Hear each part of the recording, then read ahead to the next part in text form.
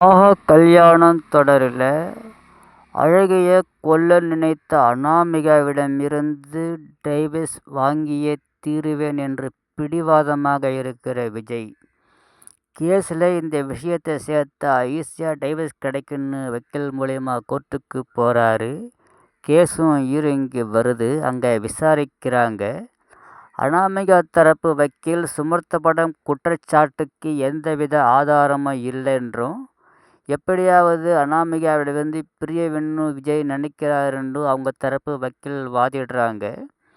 விஜய் தரப்பு வக்கீல், நீங்கள் சொன்னீங்கன்னு சொல்லித்தான் விஷயத்தை கேஸில் சேர்த்தோம், இதுக்கான ஆதாரத்தை கொடுத்தா தான் நீங்கள் தண்டனையிலிருந்து காப்பாற்ற முடியும், அப்படி இல்லைன்னா நீங்கள் அனாமிகாவிடம் பொய் குற்றச்சாட்டு சுமத்தி இருக்கிறீங்கன்னு உங்களை ஜெயிலுக்கு அனுப்பிச்சிடுவாங்கன்னு சொல்கிறாரு. இதனால் மிரண்டு போன சூர்யாவும் விஜயும் என்ன பண்ணுறதுன்னே தெரியாமல் முழிக்கிறாங்க. கேஸு மீண்டும் வாதத்துக்கு வருது. அப்போ ஜட்ஜி கேட்குறாங்க, நான் கேட்ட ஆதாரம் எங்கே, நீங்கள் பழி சுமத்துனதுக்கான ஆதாரம் அப்படின்னு கேட்குறாங்க. பதில் சொல்ல செய்வது அறியாமல் தவிக்கிறாரு விஜய். ஆதாரம் இங்கே இருக்குது அப்படின்னு ஒரு குரல் ஒலிக்குது. மகா வேகமாக வராங்க. இதில் ஆதாரம் இருக்குது.